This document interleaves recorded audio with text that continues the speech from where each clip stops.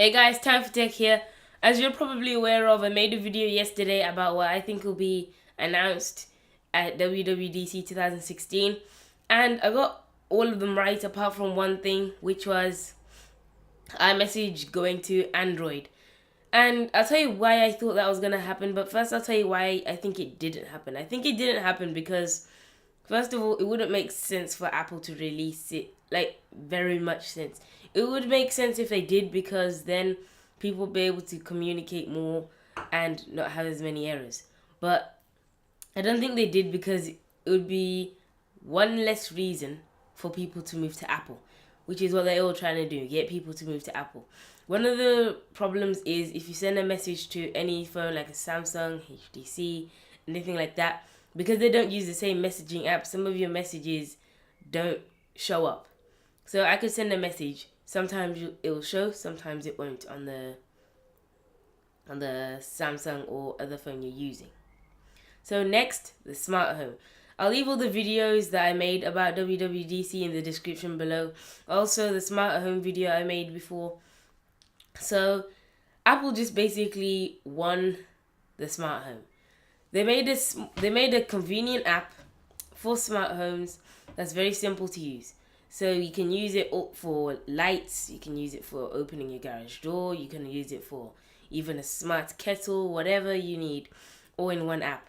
And Apple always just make it simple and elegant. That's really what Apple do. They're not necessarily first, but they make a worldwide appeal for it. And I think this will help smart technology in the home a lot. If you went on my Twitter, which I said yesterday on my poll, you'd see that I said, is Siri gonna be on my Mac? And yes, Siri is on the Mac. They announced it yesterday. It wasn't really a huge shock. I was just like, yes, I knew it, because it's been 4.5, almost 5 years now since Siri was made, and you'd think it would be on a lot more than just the iPad and iPhone. At least the iMac. The iMac seems to be more useful with Siri, but they made it on the MacBook, which is very, very good.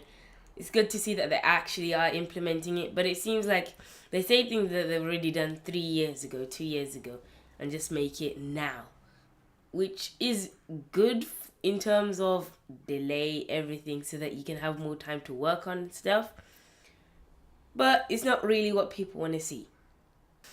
So we've got Swift Playground. Swift Playground is an app on the iPad where you've got an app made by Apple that teaches you how to use Swift. Not new, but a programming language that they made 2-3 years ago. I use Swift to program on. I make simple apps just to practice with, but eventually I want to get my own app on the App Store and sell that. But it just teaches children how to use Swift, and it makes it interactive with all these weird characters, and it shows them how code is. They don't actually program, they learn the basics, but it's basically drag and drop. It's not actually, but you just select the code and put it there. But for a kid like 3 or 4 years old, it's good just to show them what can be done with code and how code looks like, just to get them into it at an early age. I started like when I was 11, so I've had a few years to get on with the code. Finally, which is more of a gimmick thing, so many more features for messaging. So emojis, obviously, it's a bigger emojis. I don't know why, but they're bigger emojis, more emojis. You can write messages now, so you draw on the screen and then a message shows up on the phone as if you're actually writing it. You've also got where you can like have a photo and then you do some drawings on it and add pictures and stuff.